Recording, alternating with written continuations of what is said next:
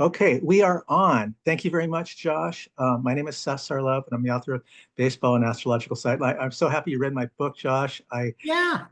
Thank you so much. So the title of this talk is called "The Pagan Roots of Baseball and the Astrology of the Mariners." And I'm going to just make one disclaimer before I start, and that's that I am not a Mariners fan. I think of each team and their group of fans as a tribe and a spiritual community. So I've studied them extensively, and I've got a chapter on them in my book. But I feel I've communed with them, I've meditated with them, I've done all I can to get them. But I still feel like the anthropologist who is studying a tribe that I am not part of.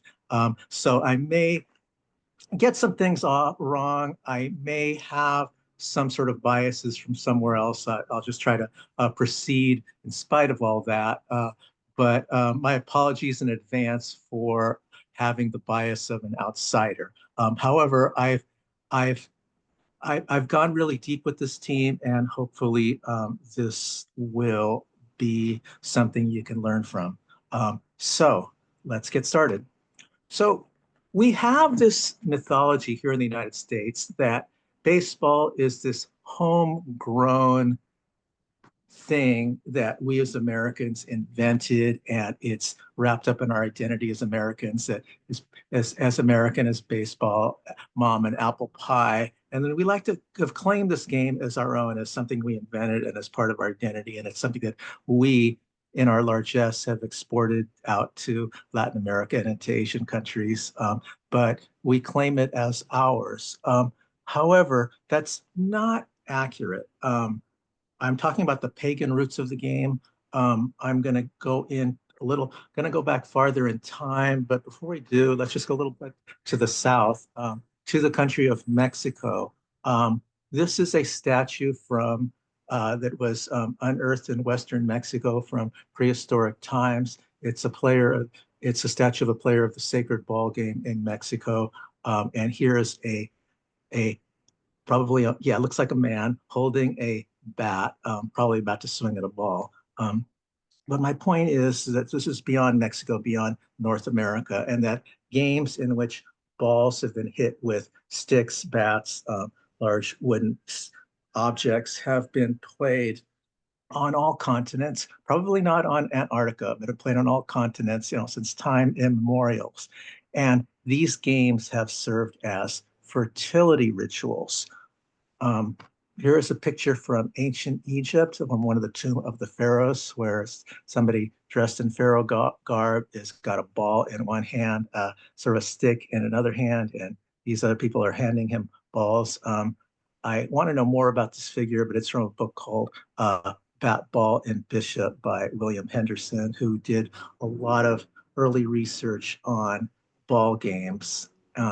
I recommend this book, Bat, Ball, and Bishop, if you want to find out more about the pagan origins of bat and ball games. I think it's sort of the seminal work on the subject. But here is a depiction from the tomb of the pharaohs. So we're going to stay in Egypt for a little while. So in the pantheon of Egyptian gods, there is a dualism. Sorry, I'm ahead of myself. I'm trying to clear the screen. There's a dualism in the pantheon of Egyptian gods between the god Osiris and the god Seth. Uh, um, Seth on one side is a god of winter, of negation, of, I guess you could say, perhaps you could say, dark energy. And then on the other side, you've got Osiris, who's the god of spring, of abundance, of agriculture, of things that are green and that are growing. And you've got a feud going on between these two deities. In their binary view of the world, it's a battle between light and dark, between Seth, darkness, and Osiris, lightness, spring versus winter. So you've got this dualism going on in the culture of ancient Egypt between the hardship of winter, coldness, barrenness, scarcity, um, you know, chances you may not survive on one side. And then you've got on the other side spring, abundance, warmth, regeneration, frolicking in the grass, fun and good times. So the ancient Egyptians are thinking this way: light versus dark, winter versus spring. And then similar to that, here in um, our Christian present, we have a similar dualism that we're thinking of in terms of winter versus spring. We think of like the death of Jesus as sort of a time of barrenness and negation, and then you've got the resurrection of Jesus in spring. And we've got the celebration of Easter, the resurrection of Jesus that happens close to the spring equinox. It's kind of timed along that, around the time of the spring equinox in terms of the Christian calendar. Similar to that, I want to talk about Ostara, the German goddess of spring. Um, this is pre-Christian times. The Germans had this goddess called Ostara, and her sacred animals are the rabbit. It's a symbol of abundance. And you've also got, along with Ostara, you have Easter, you have eggs that are hidden by her and this rabbit so that kids can find them. Out of this, out of this ancient German goddess and this tradition of, we've forgotten all about her, but we still have Easter egg hunts. We have the Shremastara, is it's like time of her animal, that her sacred animal, the rabbit, which brings fertility, and the eggs, a symbol of life. So this is this. So hang on to this thought. I'm going to bring it into the present. We've got an egg, which is a universal symbol of life. However, this egg is just an egg. It still needs to be fertilized.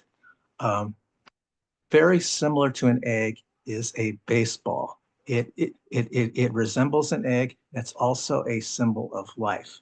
What happens in these bat and ball games from ancient times is they're being hit by a stick, which is symbolically a phallic symbol, and they're being caught by a glove or by a cupped hand, which is a vaginal symbol.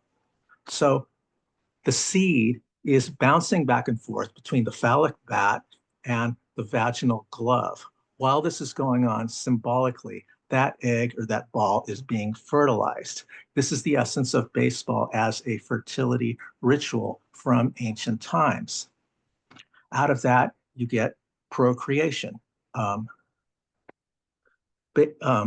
Fertility, procreation, the crops thrive, the animals thrive, babies are born, and you've got a happy and abundant spring because this game of baseball in its various forms has been played. This is the origins of the game from way back, and we've got it going on in the present, although we're not conscious of it. When this game is being played, it is a fertility ritual from ancient pagan times that is carried over.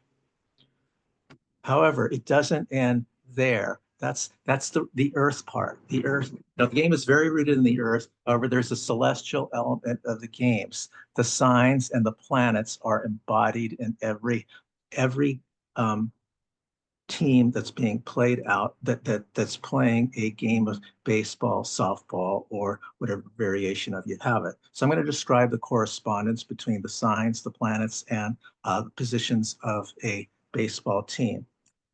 I'll start with first, Aries and Mars. The energy of Aries and Mars are embodied in the shortstop. Uh, think of the shortstop when he's charging the ball on a slow roller on the infield. It's like having to charge unrestrained to catch the ball, grab it, be able to throw it to first. This is a very active charging motion, and it's being done by the shortstop of your team. So the second sign is Taurus.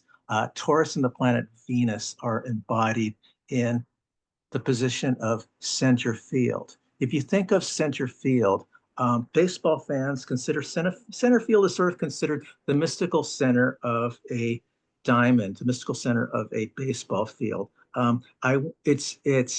I won't say it's as simple as saying the game boils down to center field, although you got songs and poems about put me in, coach, I'm ready to play center field. There's this elevated sense of center field is so much more important than the other parts of the game.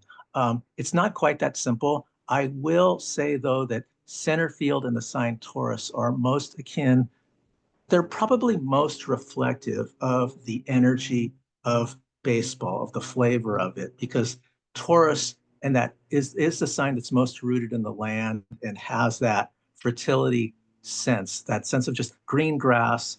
You're having the endless green grass to your left and to your right. You're standing in center field and you feel that just the abundance of nature is more overflowing in center field than in the other parts of the diamond. So this is a reflection of Taurus and of Venus in its Taurus nature. Now, here is Ken Griffey Jr., famous center fielder from Seattle. He interestingly had Moon and Saturn in both in the sign of Taurus. Now, Gemini and Mercury are embodied in the pitcher. You think of a pitcher, he uses his arm, the hands and arms are ruled by the planet Mercury and the sign Gemini. The pitcher is probably likely the most clever person on the field. Has that Gemini cleverness, trying to outsmart the batter, outthink him. The pitcher is very mental. He's got to psychologically figure out how to trick the batter into swinging at a pitch that he doesn't want to swing at to be able to strike him out. So the Gemini side of the pitcher is embodied not only in his arms and his hands and the throwing motion, but in his mental quickness. Now we've got Catcher and the Moon are embodied in Cancer and the Moon are embodied in the position of the catcher. Just think of the catcher guarding home plate. He's guarding home against the hostile intruders from the other team. He's going to block the plate and try to keep them from scoring if he can. He's also the mommy and the psychologist for the pitcher. When the pitcher gets rattled, when the pitcher gets nervous, it's the catcher who's got to go out there and, in a sense, hug him, give him that Cancerian, oh, it's okay, son. You can do it, to give him that cancer protection and nurturing in that moment where he comes to the mound to console the pitcher who's getting rattled and give him back his confidence. Cancer and the Moon, the ice and the IC of an astrological chart, are also embodied in home stadiums. There's going to be more talk about this later. Also in the home city, in your case, Seattle, and in the fans. The fan base are very important to a team. I'm going to talk about the Seattle fan base at length in a little while. Okay, here's a picture of a crab. Notice his hard-like exterior, his claws and all that. Now take a good look at how a crab is built. Now look at the chest protector and the shin guards of a catcher and the mask. It's very reminiscent of a crab. So the archetype of the crab, Cancer the crab, is embodied right there in the uniform. In the protective gear of a catcher. Now, we've got Leo and the Sun are embodied in the right fielder. Right fielder is usually the person on the team with the sunny personality who just loves attention, likes to just sort of shine in the spotlight. I noticed that Jay Buhner's Sun in Leo. I remember Jay Buhner from the 90s. I sort of remember just his style more than his personality. Not living in Seattle, I didn't quite get to know him that way, but I do recall he was his Jay Buhner Buzzcut Nights. I remember once passing through Seattle and turning on the radio and wanting to catch the Mariners game. And they said, it's Jay Buhner Buzzcut Night at the Kingdom. I thought, wow, how cool is that? I guess if you can have a Buzzcut Night named after you at the Kingdom, then you got to be a Leo and you've got to love the attention. And I was doing some research on this. I guess in most recent years, he has, now that he's not playing, he actually shows up at Buzzcut Night and does the buzz cuts himself for some fans that want a buzz cut there outside the stadium, perhaps inside the stadium. Okay, Virgo, the sign of Virgo and the planet Mercury are embodied in the picture. Like Gemini, actually, it's more accurate to say Mercury is embodied in the picture and its two signs are embodied in the picture. Mercury, rules both signs, but okay. here you've got Randy Johnson, who had the Sun, Venus, Uranus, and Pluto in Virgo. He's kind of an anomaly for a Virgo pitcher. Usually, Virgo pitchers are not power pitchers. They're the ones who are the more of a finesse pitcher. They'll nibble the corners. They'll do the fancy pitches. They'll be very studious in terms of figuring, knowing what it is can get this batter out. They'll have done their homework. They're very analytical in that way to try to prepare for the game. Randy Johnson, he had some of that, but he's more of an anomaly that he was a power pitcher. But I think with yeah, Sun conjunct Pluto and Uranus, you're going to have power. So hey, don't turn it down. Okay, Venus and Libra are embodied in the second base position. Here is a picture of Brett Boone, who had the Sun conjunct Venus. So second base is the balance point, sort of the dividing point within the baseball diamond. Um, Cuts the left side of the diamond and the right side of the diamond. It's right there. It's kind of the point of symmetry, right there in the middle.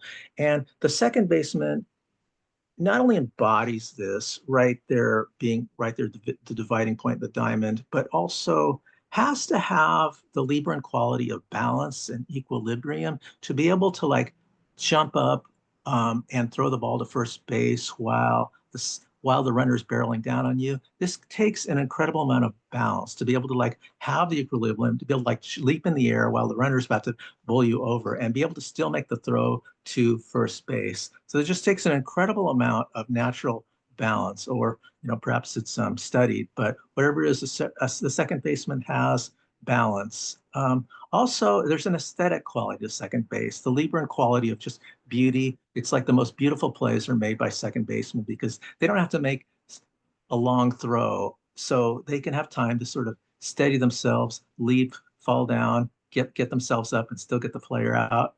So if you're a second baseman, you end up just really shining in terms of just beauty and aesthetics, more so than the other parts of the diamond because you've got time to set yourself and make that throw. So yeah, fall down, do it, pirouette, show your stuff, then make the throw. So it's a beautiful place to play. Scorpio and third base are Scorpio and Pluto are embodied in the third baseman. Here's a picture of Kyle Seager, who had the Sun, Venus, and Pluto in the sign of Scorpio. Um,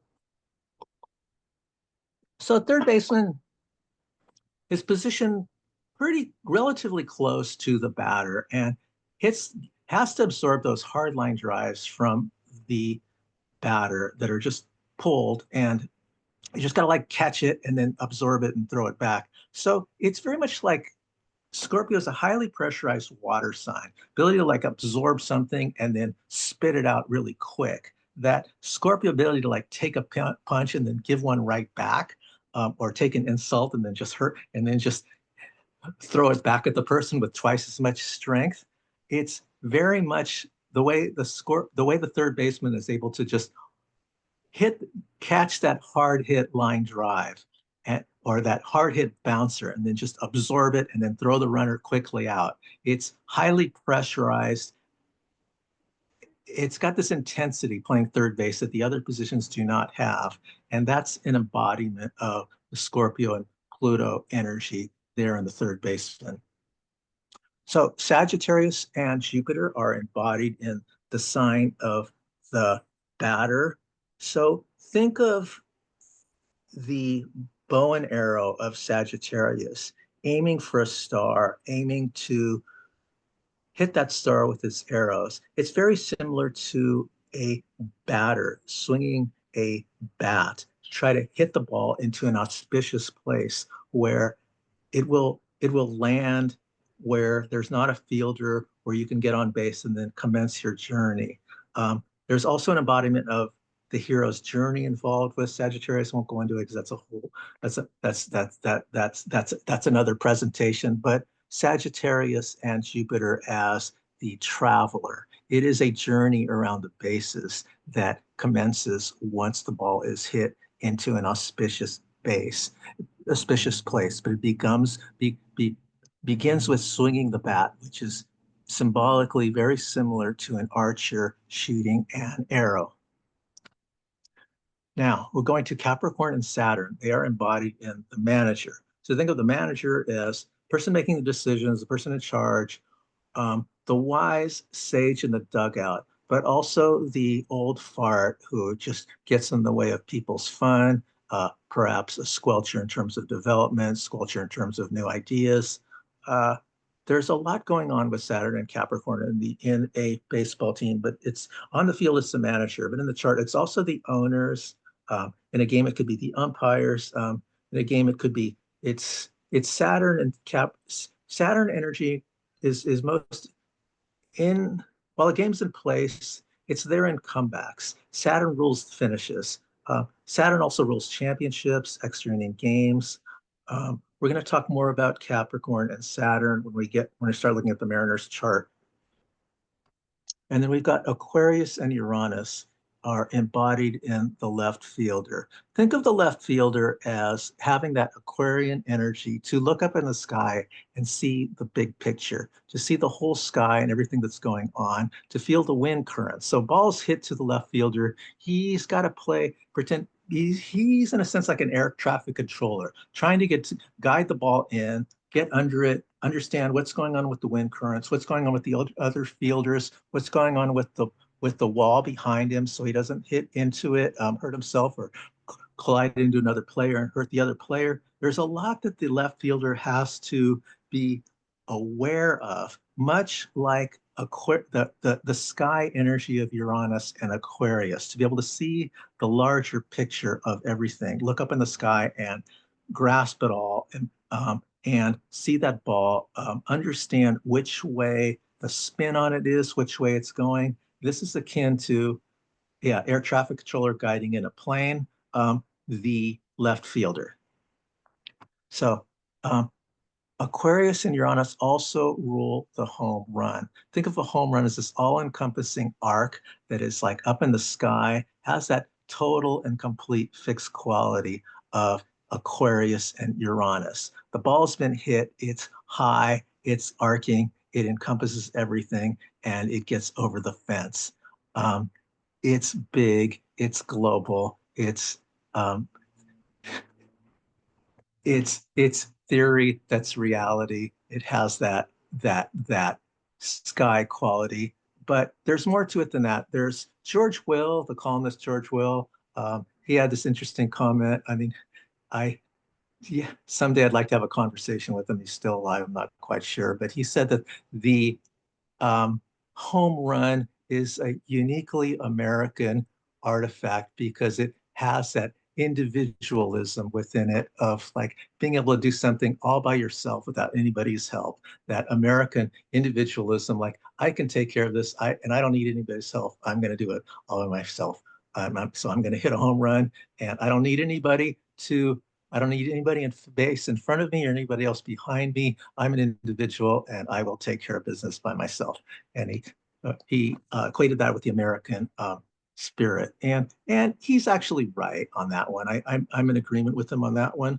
But there's the other side of Aquarius, which is the team player, which we're going to talk about more later on. But Aquarius has that dualism, the individual and also the team. So Babe Ruth was an Aquarius. He had hit 714 home runs. Hank Aaron was also an Aquarius. He hit 755 home runs. Barry Bonds, who I think has the current record for home runs, didn't have the sun in Aquarius, but he had the moon in Aquarius. Let's see. Okay, now we're going on to Pisces. Pisces and Neptune are rule the first baseman. You think of the first baseman, has that first baseman has to absorb throws from all different directions, in the dirt, over its head, to the left, to the right. First baseman has to cast a very wide net. It's in a sense, the first baseman is a fisherman with his big net trying to catch the ball, make sure it doesn't get by him. Because if the ball gets by you, it's a problem. And the throws are not always accurate. They're thrown to the first baseman. So in a sense, like a Pisces has that psychic and emotional ability to absorb other people's energies and to translate it, absorb it, transmute it, or maybe not, maybe just hold it and become ill with it. But Pisces just can't absorb absorbs the vibes, knows what's going on this subtle emotional energetic level. A first baseman does this as well. And as the ball's being thrown to him, has to sort of sense, okay, where's it going to bounce before it comes to me? Is it going over my head? It's what am I going to do? And this happens, a few times an inning. Uh, and the other thing that interesting about Pisces and first base is that he Pisces is the last sign of the zodiac. Pisces, and usually a play in baseball generally ends in first base. Ball is caught somewhere else, then it's thrown to the first baseman, and then the ball comes back and it's made ready to start over again. The next batter's up or the inning's over. A play generally ends at first in the first baseman's glove. So like the last sign, okay, it's an ending. And then we'll begin again. Um, Ball gets thrown to the pitcher, ball gets thrown to the umpire, and then you start over again. But there's this finishing quality to the first baseman that's embodied of Pisces. Also, Neptune rules the feet. Pisces and Neptune rule the feet. First baseman's got to have very agile feet. They've got to be able to like put their back foot on the base without being able to see where the base is. In a sense, their feet have to be sort of have this sixth sense of knowing where that base is to be able to like just make sure it's on there because you've got to have your eyes are looking forward to be able to catch the ball, but your feet have to be sort of looking backwards and know where the base is to be able to like do the job. Okay, so here is the fish, the archetype of Pisces, and I want to notice that this is embodied in a really unusual way in the first baseman. Shit. Okay, hold on. Okay, so here is the gill of a fish. And interestingly, I feel like this image of this gill is embodied here in the first baseman's mitt. The other mitts don't look like this. They don't have this curving arc right here. They're built differently. So I see the gill here in the first baseman's mitt. It's like an echo of the archetype of the fish there in the equipment of the first baseman, much like the equipment, the archetype of the crab is embodied in the equipment of the catcher. Okay, so I'm going to turn to the astrology of teams. This is my thing. I like to do the astrology of sports teams. And it's baseball, currently, there are 30 major league teams playing. Each of them has their unique culture, their history, their goats, their villains, their epic dramas, their tragedies, their triumphs, some more than others. And what, so today we are talking about the Seattle Mariners. And let me show you their birth. Wait, here is the picture of them from 1977, their inaugural seasons, them outside the Kingdom. Um, Kind of cool picture, but this was the first time they fielded a team. There, and this is their birth chart. I'm going to talk about a lot of their features.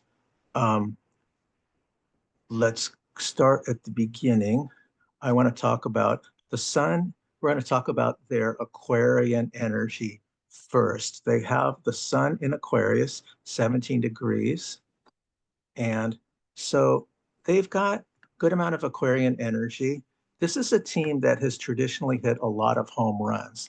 In 1997, they set a record by hitting 263 home runs. I think they shattered the old record that before that was 255 or something. A lot of home runs were being hit back then. It was considered the juice ball era, but what was really going on beside the juice ball, besides steroids, was that the planet Uranus was passing through its own sign of Aquarius. So there was a lot of Aquarian energy in the air, and a lot of teams were able to take advantage of it by using steroids. But there's a whole lot less talk about steroids coming out of Seattle than there were in places such as Oakland and San Francisco, my hometown. Steroids were running rampant here. In fact, I think they were invented in Oakland, at least in terms of for baseball uses. Uh, so, anyways, so that was part of the Aquarian manifestation. This team has also been owned by Nintendo, which is a technological company, an Aquarian company that makes video games. And so you're also Seattle is a technology center. Among other things, that is one of the things that's got going for it or going against it is this technology center of, where Boeing's there, an Aquarian company, Microsoft, an Aquarian company. Um, so you've got a lot of Aquarian energy there in your front yard. You've also got Japanese ownership, which is something extremely unusual. When Nintendo purchased the team, the fact that they were allowed to do so was really groundbreaking for a United States sports team to be purchased by a Japanese company. I was reading the history of it, and I thought the politics of it were a lot more complicated than I knew, and it was not a slam dunk for them to just be able to offer the money and say, yeah, we'll buy the team, because there was prejudice against the Japanese owner coming in and stepping in, even though one was desperately needed at the time. Um, you've also got a lot of Japanese players that have come through and played here in Seattle. I think there's probably more here than other words. I mean, okay, Ichiro set before Ichiro, Japanese players that played in the United States were generally pitchers.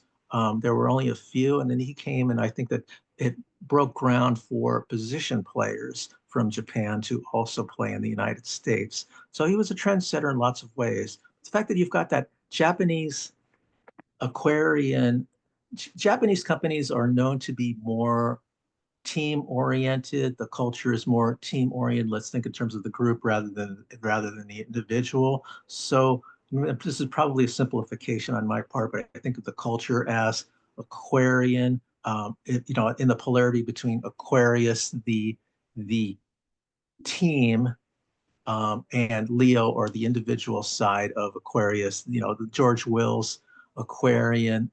Let's just do it as an individual. Pursue yourself, your individual desires, and think about yourself versus think about the team. The Japanese side is to consider the team. At least this is the way these self-help books for business people talk about the Japanese way. It's about thinking in terms of the team for your business or your organization. Um, let's go on. So here's the chart for Ichiro Suzuki, and he's Aquarian in this way. He's got the sun in Libra conjunct to Uranus in Libra. So he's pulling in this Uranian energy, and I want to see how it is that he resonates with the Mariners, because he did not have to go to Seattle, but he had a connection. I was reading the book. There was somebody who was a father figure who looked after it within the organization, and this corresponds that his natal Saturn at 4 Cancer and his South Node at 1 Cancer were conjunct the Mariners IC at 2 Cancer. So he felt a home with the Seattle Mariners. There was some sort of reassuring father figure. I was reading the Mariners book. Interestingly, their book is called Out of Left Field by Art Thiel, How the Mariners Made Baseball Fly in Seattle. You can see it here. And when it talks about Ichiro, how they managed to land Ichiro, it's very interesting. There was someone within the organization, within the Seattle organization, that was somehow entrusted to take care of him, a male father figure that brought him here. So I think that corresponds well with his Saturn in conjunct with the Mariners IC. Interestingly, he also has Venus in his chart at 14 Sagittarius, conjunct to the Mariners Neptune at pretty much close to 14 Sagittarius also. So somehow his Venus side is able to connect with the Mariners Neptunian side. So there was some resonance this way. So he found a home here. And then, okay, so here's a chart for Ken Griffey Jr. He's also a Aquarian figure. He's got Mars in Aquarius, trine to Uranus in Libra. It's a very nice trine. So man, I think not sure what his home run total is. I think he's 669 home runs, but yeah, he really cranked him out. I do remember watching him play in Oakland. He would hit them, and oh my God, that was just, yeah, his shots were just awe-inspiring. Uh, Interesting. Yeah, saying he's a natural center fielder. He's got the moon conjunct Saturn in Taurus, so strong Taurus energy, to help him just feel and fit in center field. And it's interesting. He's also had, this is interesting. He's a natural happy player. Sun conjunct Neptune, conjunct Mercury. Just had that sort of that way of just I don't possibly call him a natural, but that way of just sort of gliding through it all. It didn't always work because he would be reckless in the outfield and get hurt. Um, he played with this abandon, this sort of Neptunian abandon. Um, Yet you can see the limitations of it because he would crash into the wall and then be out for some weeks or perhaps longer. Um, but still, he had it. And um, so there's Griffey, your hometown hero. So this is the affliction. The moon, if this isn't a creative affliction within the Mariners chart.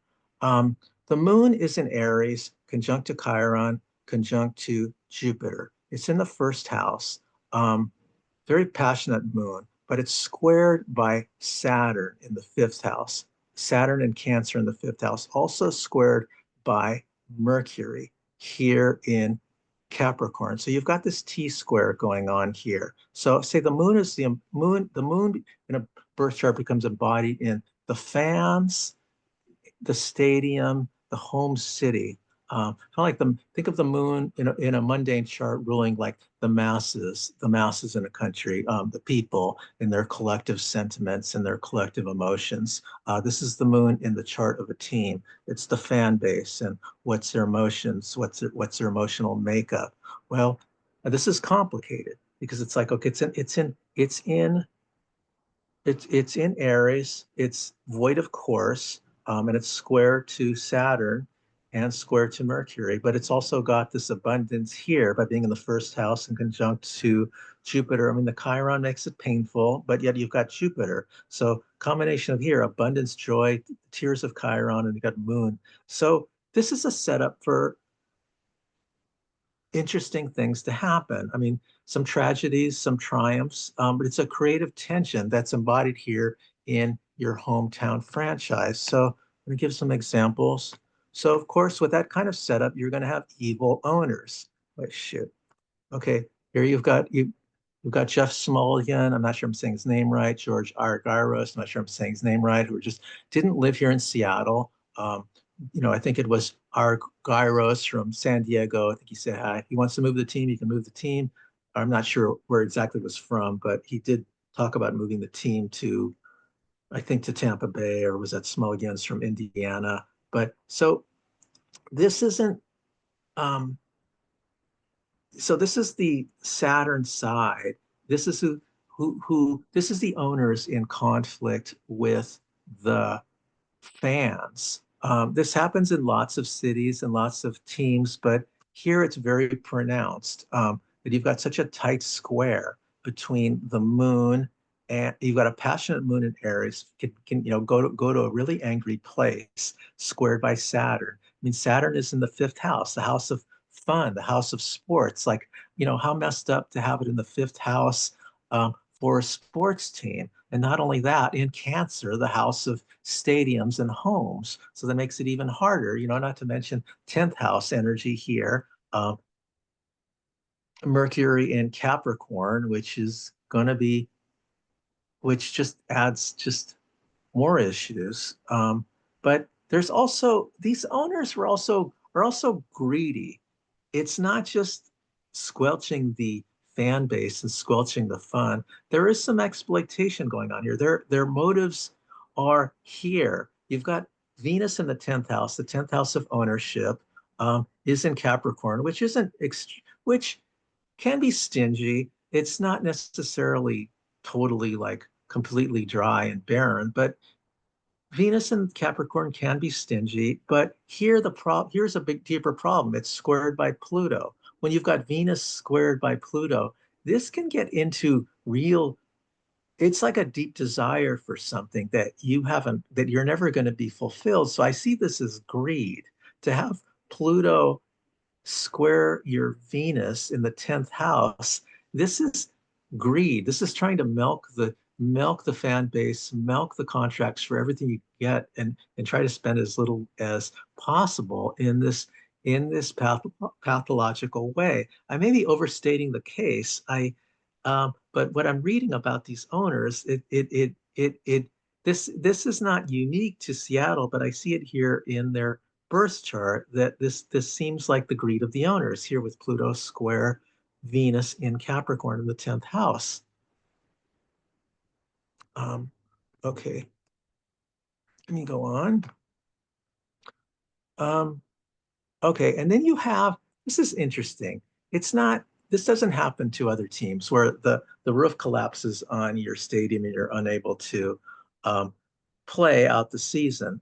This happened, I believe it was 1995, maybe it was 1994, where tiles collapsed in the kingdom. And but the astrology for that, I looked it up when, the time it actually happened and the date, and I've got it here. Um,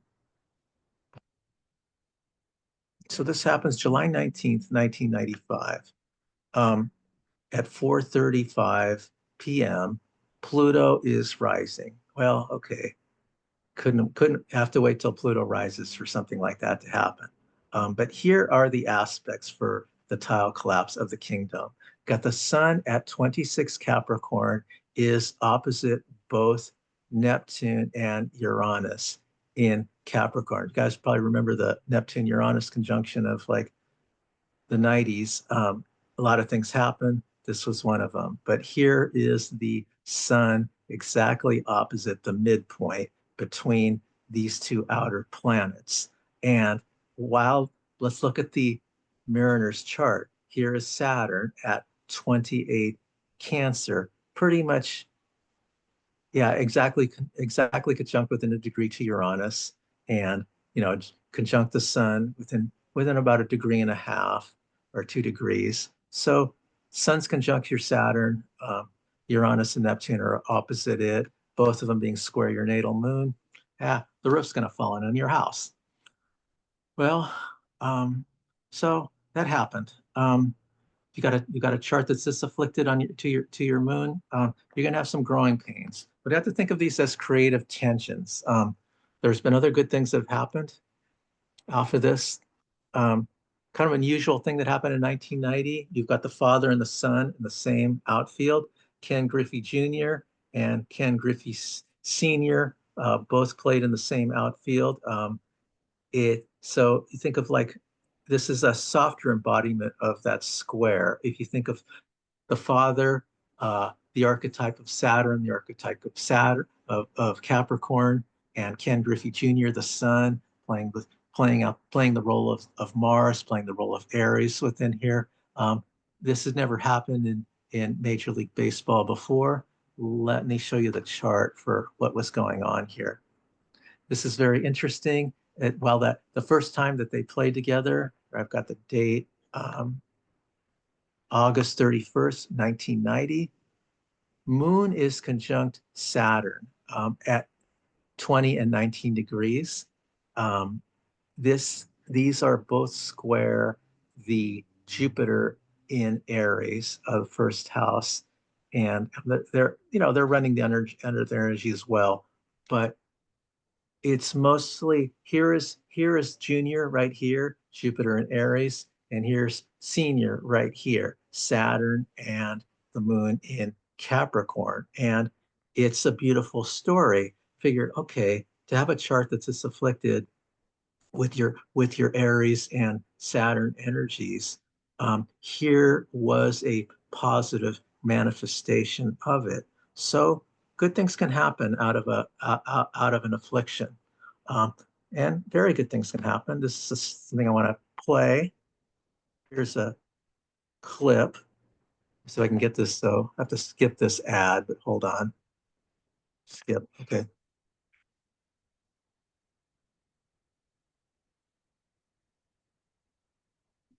Oh.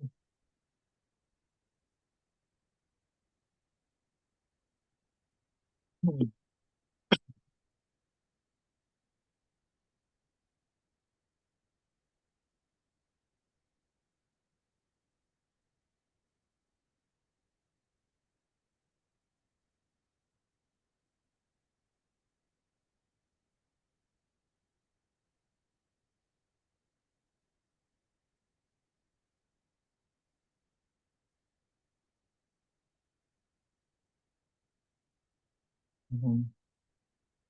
All right. So that is what is known as the devil in the history of the Mariners. It is that event is credited with having saved baseball in Seattle. The stadium initiative just lost, and it looked like the team was on their way out, but the Mariners were in the playoffs, and they had a very dramatic day. They won that round of the playoffs in an extremely dramatic fashion.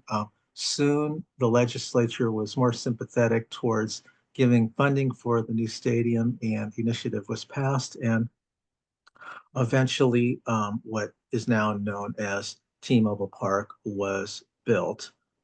So, what was going on astrologically at that moment? When you have a dramatic moment that saves the franchise, really saves the franchise in the hometown. Um, this is interesting.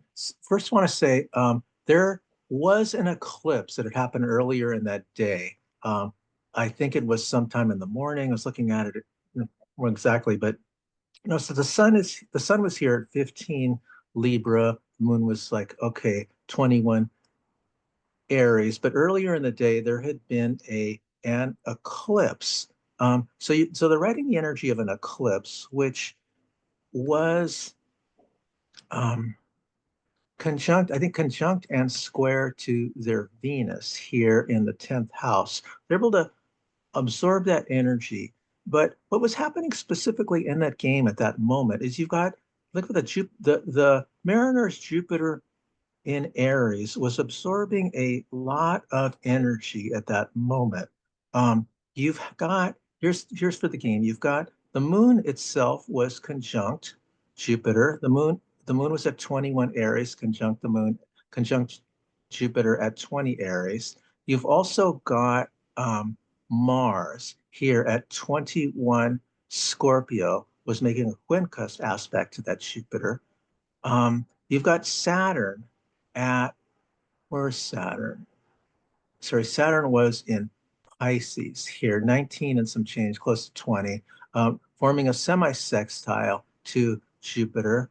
Um, so you've also got Pluto. Okay, what is happening? Venus is at 28 Libra, forming an opposition to the moon, to the natal moon. So you've got a day or a moment where a lot of energy is being absorbed by the Mariners' birth chart. And yeah, the double happens. Baseball is saved in Seattle, and Edgar Martinez ends up with a street named after him in front of the new ballpark for having made that hit. So let's look at Edgar Martinez, who has a street named after him. Edgar Martinez. I don't know if it's a way or a drive, but hey, how cool is that? So what's your resonance with the team to be able to get a street named after you and to be considered the savior of the franchise? I go, okay, well, let's first look at his moon is here at 7 Aries, also an Aries moon, and it's pretty much conjunct the Mariners Ascendant. I only have a new chart for Edgar, so it could be so give or take a degree one way or the other, but hopefully I've got it off and it's at exactly 5 degrees Aries and 31 minutes that his moon is right there. So he can long be associated with this franchise. Maybe not its most famous player, but considered years later, who knows if you're going to be remembered more the face of the franchise than other players from that era because you have the street named after you. So uh, that's that's that's Edgar Martinez. So here's another aspect that I noticed about the Mariners chart. Just looking at it recently while I was preparing for the study, when I was writing my book in the chapter of the Mariners, I had not noticed this that this is a aspect in the chart that you've got Mars in Gemini, opposite to Neptune in Sagittarius. And people have this aspect, I think, um, Andrew, you were telling me I think you used the phrase ethereal dreaminess. I think I'm getting this from you. But I'm thinking of them, these are people who are dreamers, but willing to like pursue their dream. There's this um, ability to just kind of go for it, but with the possibility of possibly getting being too dreamy and not realistic. You'll put your Mars, your drive, your energy into some kind of a Neptunian ideal to, to dream the impossible dream, to just sort of go for it on that level. I'm thinking of it that way, that this team has that wispy etherealness to it. But here's something else that's embodied in it. This an embodiment of this. This started a couple of years ago. They started in this tradition of the Aquaman trident.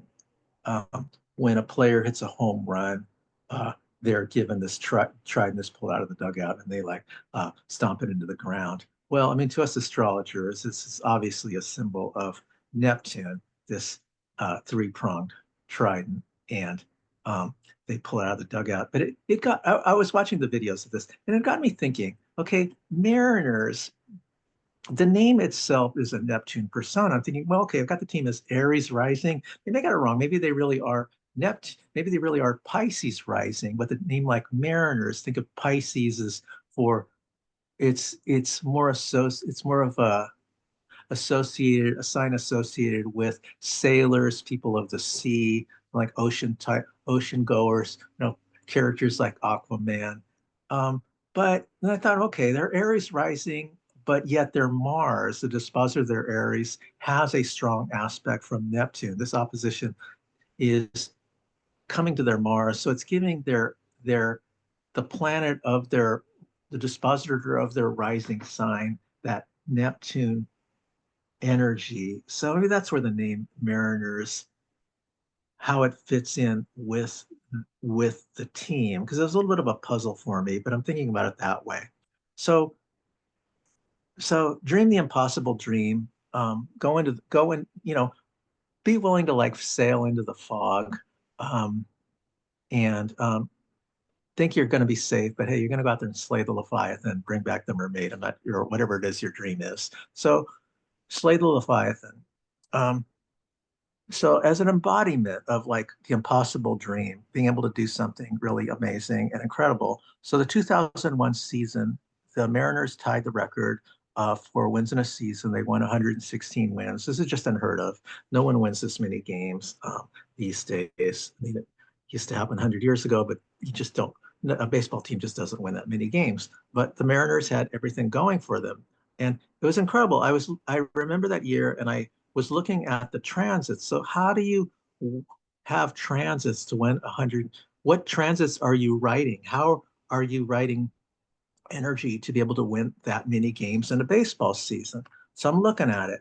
Um, so this is what was going on in 2001. In the middle of the year, there was an eclipse at full moon eclipse here at 13 Capricorn and some change, which was conjunct their Venus, their 10th house Venus, which wasn't just about stingy owners anymore.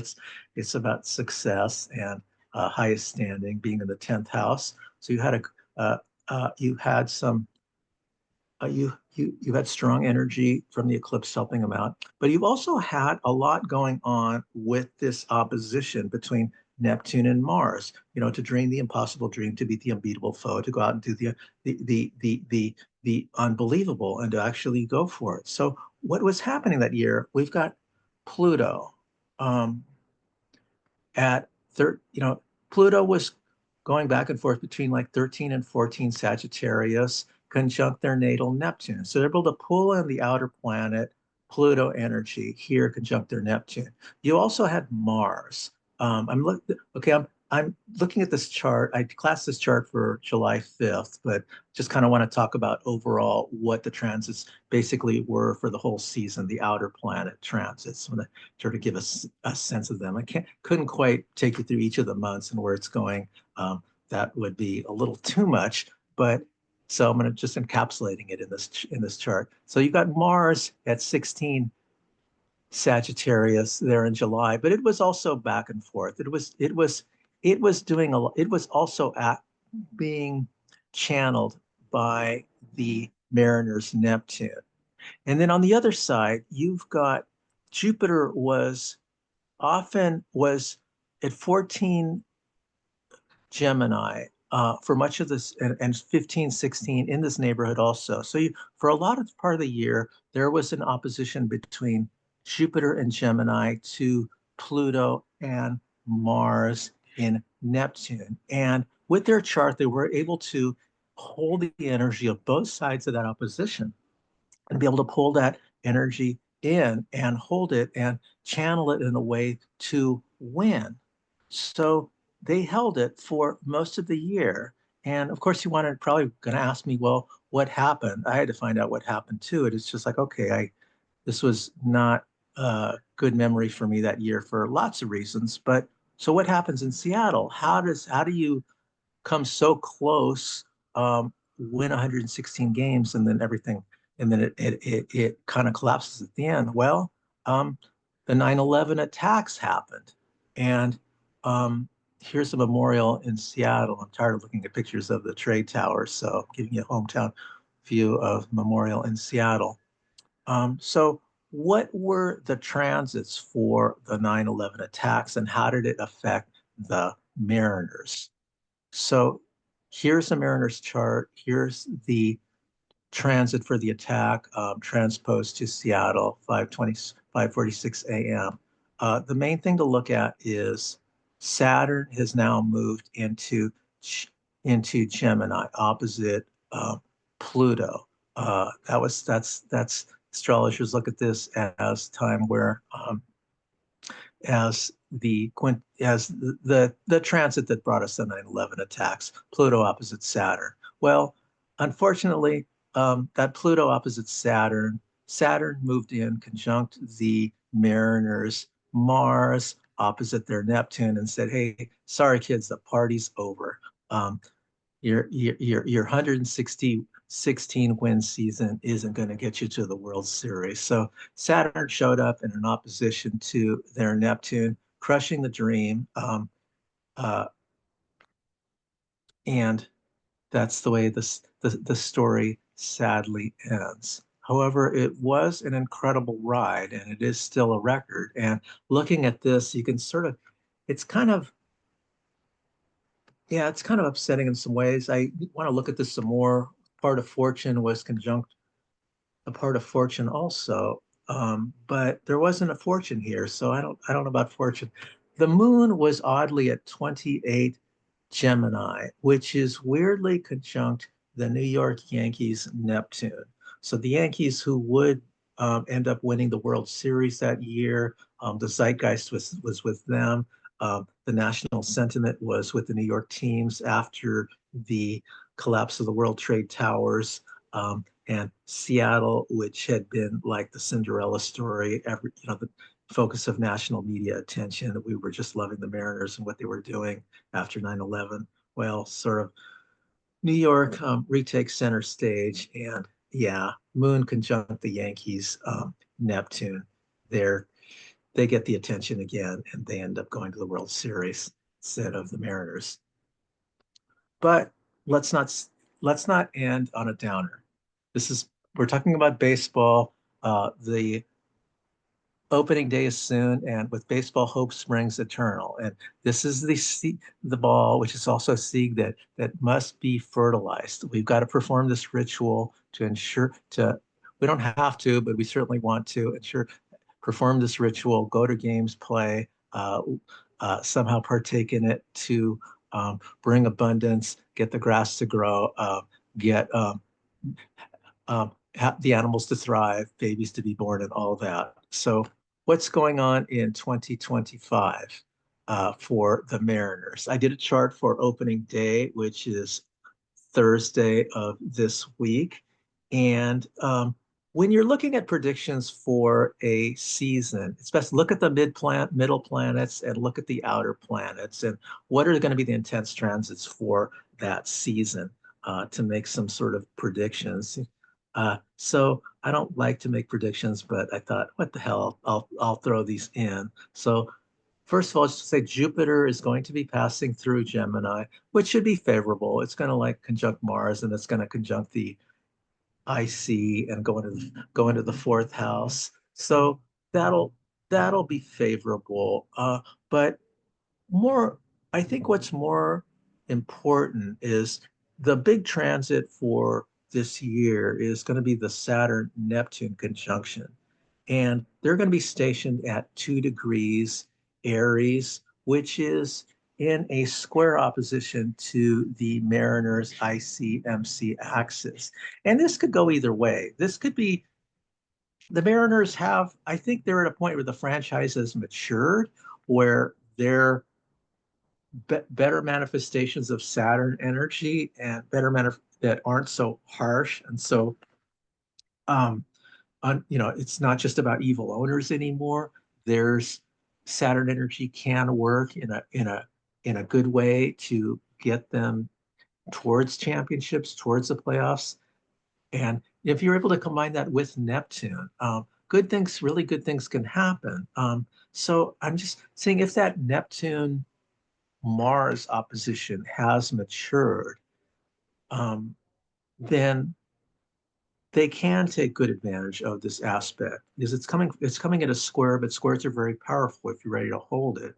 So that's what I talk about this season. I say, okay, watch out for that Neptune Saturn transit. That will be key to how the Mariners play this year.